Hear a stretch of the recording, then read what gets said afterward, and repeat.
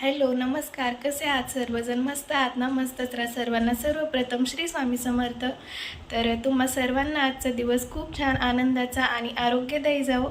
तर आज आहे आपल्या स्वामींचा म्हणजेच आपल्या सर्व स्वामी भक्तांचा आवडतीचा वार, तो म्हणजे गुरुवार. तर आजच्या दिवशी मी काय काय करते तर हे सर्व मी तुमच्यासोबत शेअर करणार आहे. तर व्हिडिओ स्किप न करता शेवटपर्यंत नक्की बघा. बघा, कुठलाही वार असला ना तर आपले हे कामं काही चुकलेले नाही आहेत, ते आपल्याला करावंच लागतात. तर बघा, मी हे असं आवरून घेते अगोदर.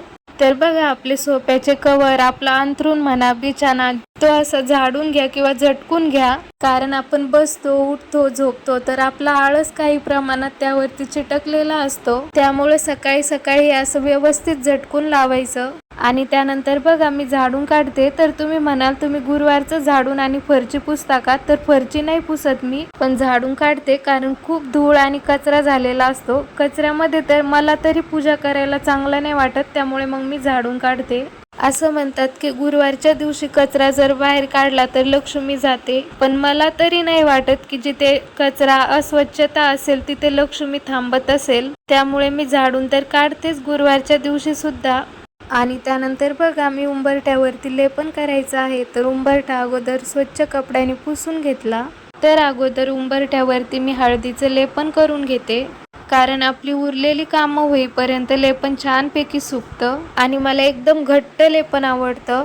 आणि मी चमच्याने लेपन करते. चमच्याने का करते माहिती आहे का? चमच्याने खूप मस्त बसतं. तुम्ही माझं नेहमी लेपन बघत असाल की एकदम घट्ट आणि एकसर असतं. लेपन जर तुम्ही हाताने फिरवायला गेला ना तर तिथे अशा गोल गोल गोल गोल रेषा येतात. आणि साईडने तर आपल्या हातानेच लावावं लागतं, त्यामुळे आपला हात लागतोच त्याला. आणि आपण चमच्याने जरी करत असलो तरी सुद्धा आपला हात लागतोच त्याला, कारण आपण हातानेच करतो, त्यामुळे ती गोष्ट येतच नाही. लेपन झाल्यानंतर मग उंबरठ्यावरती मी छानपैकी अशी रांगोळी काढली. तर गुरुवारच्या दिवशी मी पिवळ्या आणि लाल रंगाचा जास्त वापर करत असते, त्यामुळे रांगोळीमध्ये सुद्धा मी पिवळा आणि लाल कलरच भरलेला आहे. रांगोळी झाल्यानंतर मग मी उंबरठ्याची छानपैकी पूजा करून घेतली. तर बघा, किती छान वाटत आहे उंबरठ्यावरती लेपन केल्यानंतर. तुम्ही सुद्धा उंबरठ्यावरती असं दर गुरुवारी लेपन करत जा, याने खूप फरक पडतो. लेपन झाल्यानंतर घरातले थोडेफार काही कामं आवरले आणि लगेच देवपूजा करायला घेतली. तर सगळ्यात अगोदर देवघर असं स्वच्छ कपड्याने पुसून घेतलं. तर खूप जणांना असा प्रश्न पडतो की देवपूजेचा टायमिंग काय आहे, तर देवपूजा किती वाजेपर्यंत करायला पाहिजे. तर मला तरी वाटतं जसं तुम्हाला जमेल तशी देवपूजा केली पाहिजे. असं काही नाहीये की सकाळी सकाळीच देवपूजा झाली पाहिजे, कारण आपली सकाळची बरीचशी कामं असतात. सकाळी सकाळी स्वयंपाक बनवायचा असतो, कोणाला टिफिन बनवून द्यायचा असतो. त्यामध्ये कामांना प्रायोरिटी देणं पण तेवढंच महत्त्वाचं आहे. तुम्ही जेवढी शांत चित्ताने देवपूजा कराल ना, तीच देवपूजा देवापर्यंत पोहोचते. पुढची कामं करायची आहे आणि घाईघाईने देवपूजा करायची, तर तशी देवपूजा नका करू. तुम्ही तुमची कामं आवरून घ्या, पण एक आहे, ॲटलिस्ट 11 ते 12च्या आतमध्येच देवपूजा झाली पाहिजे. त्याच्यानंतर देवपूजेला काही अर्थ नसतो, कारण अर्धा दिवस तर आपला त्यामध्येच संपून जातो. गुरुवारच्या दिवशी भरपूर अशी कामं असतात, तर देवांचे सर्व भांडे मी गुरुवारच्या दिवशी स्वच्छ करून घेते. आणि त्यानंतर देव पण उजळवते मी गुरुवारच्या दिवशी.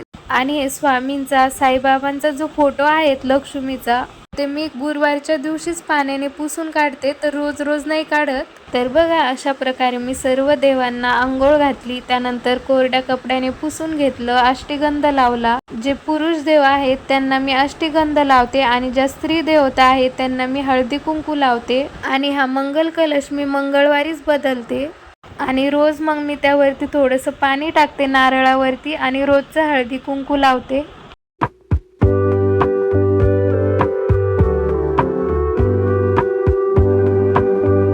सर्व पूजा झाल्यानंतर मग मी देवांसाठी छान बाहेरून फ्रेश फुलं तोडून आणले होते, तर ते सर्व देवांना ठेवले. तर आता मोगऱ्याचे फुलं पण यायला सुरुवात झालेली आहे. आमच्याकडे 2 मोगऱ्याची झाडं आहेत, तर त्याला अजून जास्त काही फुलं नाही आलेत, पण कळ्या भरपूर आलेल्या आहेत.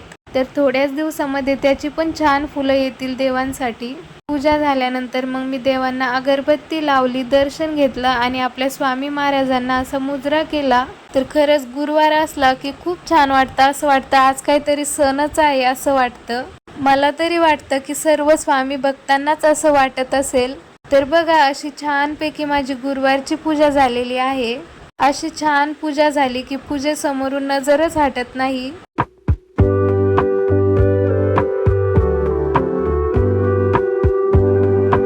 त्यानंतर गुरुवारचा उपवास असल्यामुळे मग मी साबुदाण्याच्या खिचडीचाच नैवेद्य ठेवला आणि त्यानंतर मग संध्याकाळी दिवा वगैरे लावल्यानंतर स्वामींची नित्य सेवा करते. तर रोजचे 3 अध्याय आणि 1 माळ जप करते.